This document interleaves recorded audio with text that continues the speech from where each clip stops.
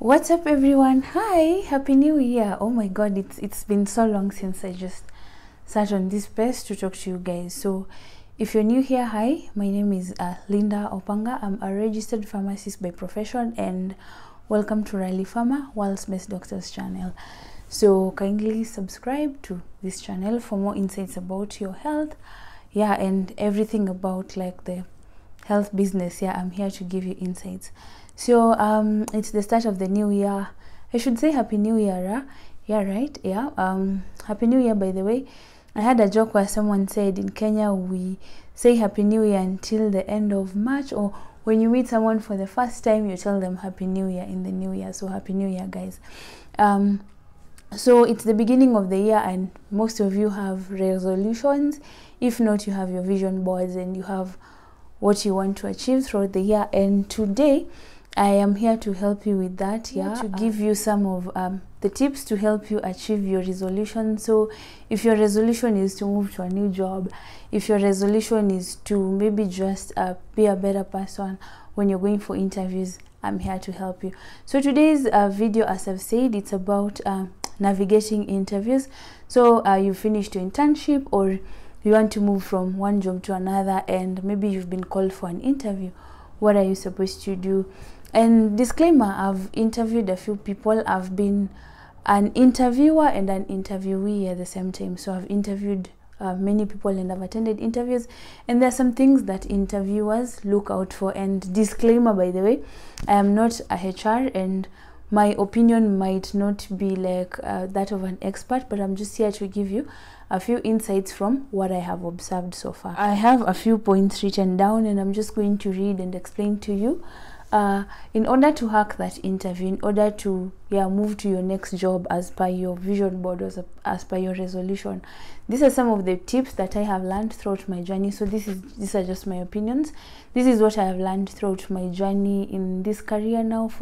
This is my 4th year in the pharmacy practice year. So I just want to give you some of the insights I have learned.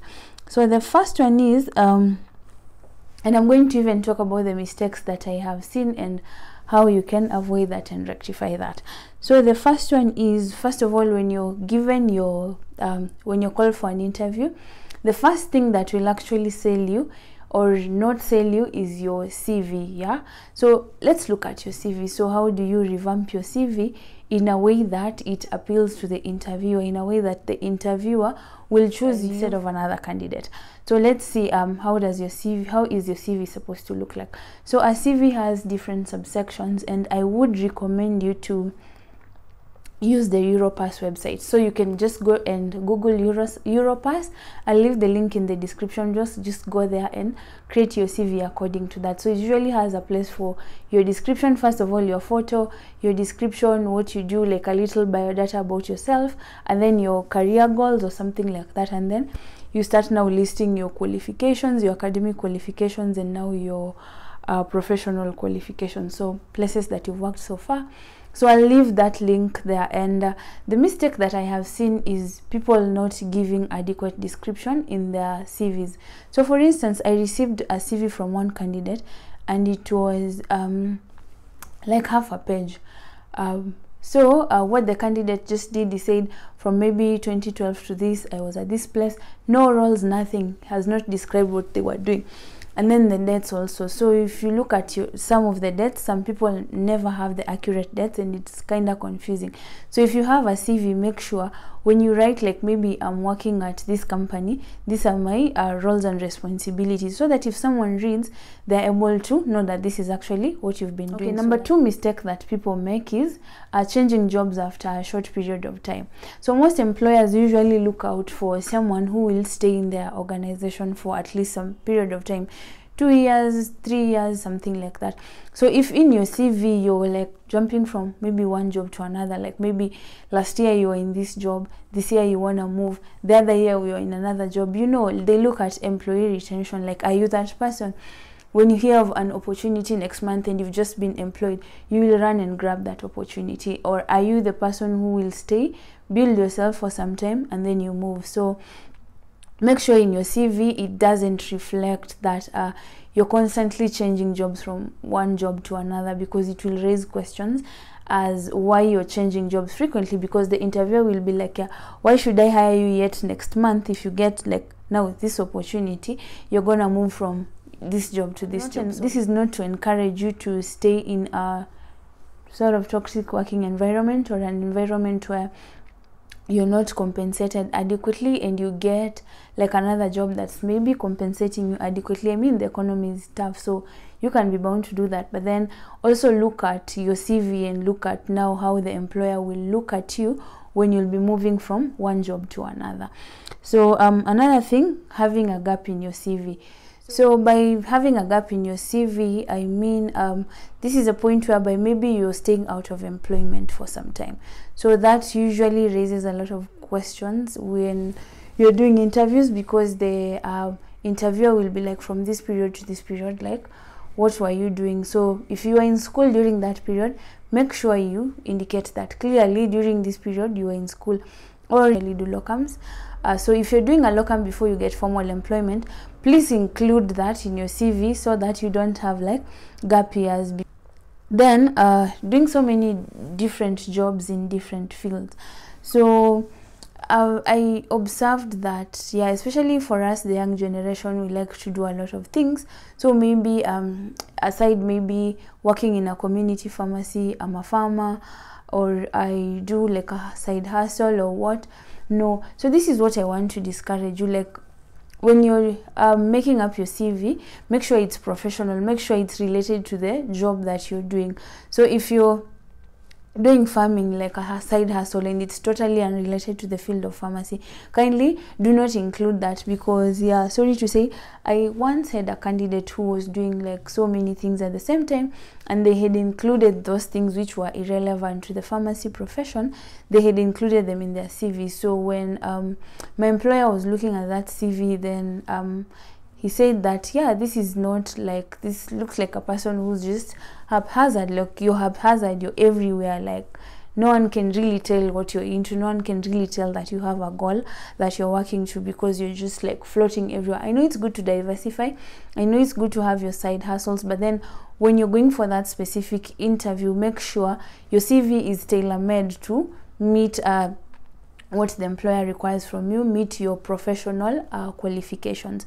So do not mix your professional and your side hustle, unless otherwise your side hustle is related to the profession. So maybe, for example, you just finished school and then you are studying maybe an RA course, regulatory affairs course, I'll use that, and then maybe you get companies, you're working for the companies. You can include that this period, from this period, I've been working for these companies, doing for them dossiers. Like, I'm not the employee, but maybe I'm just doing a consulting for them. Something like that. It will boost you, other than someone who's saying they're doing farming, they're running a chemist, they're running this, they're running this. So where are your goals? So you should be focused. The employer wants to see that clearly this person is focused, they have a direction, and that's how you will stand out from the other people.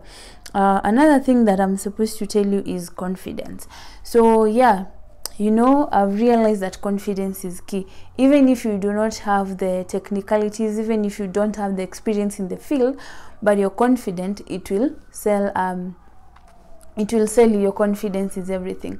So do not go to an interview. I know the day of the interview you are anxious, you're what, but then I want to tell you that on the day of the interview, gather all the confidence that you have. Remember that confidence that we used to have when we are going for oral exams, like, you know nothing, but yeah, you know, at the end of the day I'm gonna ace it. So this is the type of confidence that you need when you're going for the interviews, because sometimes you can get interviews usually have different kinds of people. So there's the people who will try and intimidate you, by the way, yeah. Then there's people who will try and size you. I'm not saying that. Then it happens. And then there are the friendly people, and then there are people who are strict. So you need confidence to be able to navigate all this. Not everyone in the interview panel will be friendly, so you need to know how to navigate this. And confidence is the only way. So if you appear timid, if you appear like you're this kind of person who you're like afraid, they will not choose you. Like, who wants to choose a timid person? Who wants to have a timid person on their team? Especially when you're doing a reg regulatory involves a lot of like interpersonal communications, networking. So you need to have that in you, like they need to see that out in you, like someone who has negotiation skills, someone who can go out and argue their case out. So you need to have that.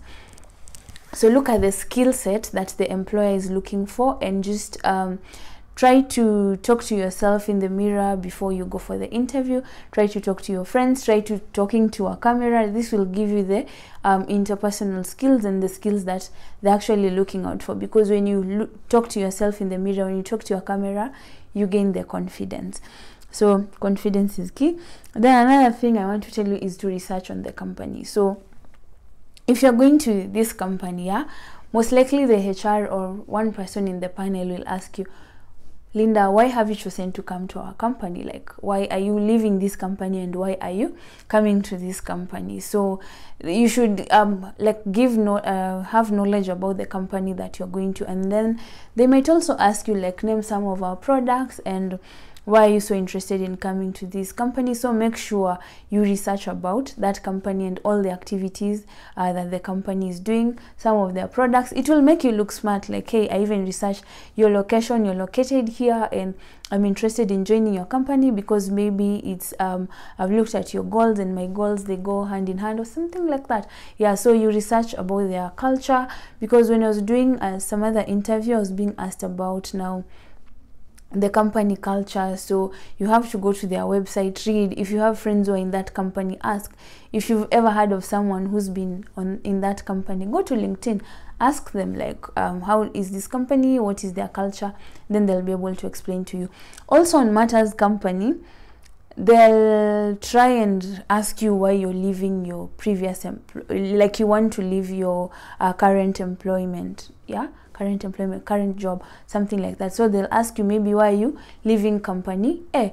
So it's upon you to talk about yourself and not the company. Your skills, just say, maybe I'm looking for opportunities for growth. I've seen your companies like this, and I've seen your companies like this, and in my previous maybe role, I have not experienced this before, and moving forward, maybe I want career growth, and I can see your companies offering such like things. Yeah, so you talk positive about both companies. You don't negate one company at the expense of the other. And research on the roles and responsibilities and job descriptions. So for example, you're coming for an interview for regulatory affairs. You have no idea what regulatory affairs is, and you're going for a regulatory affairs interview. So you need to look at the job description, the roles and responsibilities that you're going to perform. And then, network. Ask your friends who are in the field, like, hey, what does this field entail? What do you guys do? Like, I've been called for an interview. If they ask me these questions, how am I supposed to respond?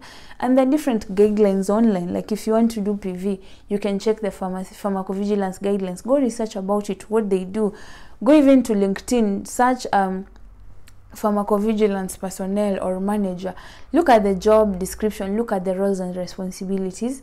They will guide you. If you want an area manager or something like that, go to LinkedIn, look at the job description. Even when they send out the interview, there's usually the descriptions and your responsibilities.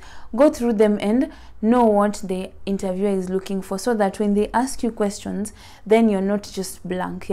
And if you don't know anything, it's good not to lie. Do not lie in the interviews. Like, they ask you what regulatory affairs is, and then you lie. It's better to just say you don't know and you're going to research, instead of just lying that you know and you don't know.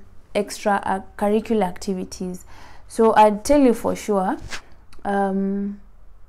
I got a job. I once got a job because of YouTube. So they just asked me, because all of us had the same qualifications and stuff. All of us, like, they know you have the grades, you have the BPharm degree, so what is making you stand out from this other person? So they ask you, what else do you do? What are your other skills? So I just said, like, in my free time, I do YouTube and stuff, but it's not going to be a conflict of interest, something like that. So you need to bring out your extracurricular activities. Like, even you can use your skills as extracurricular activities. Maybe you say, during maybe my free time, I like maybe talking to people, networking, doing this, like I go to events, I network, I do this. So this will make the employer know that at the end of the day, I'm hiring someone who's useful. Like if I need networks, maybe this person is able to give me contacts and stuff.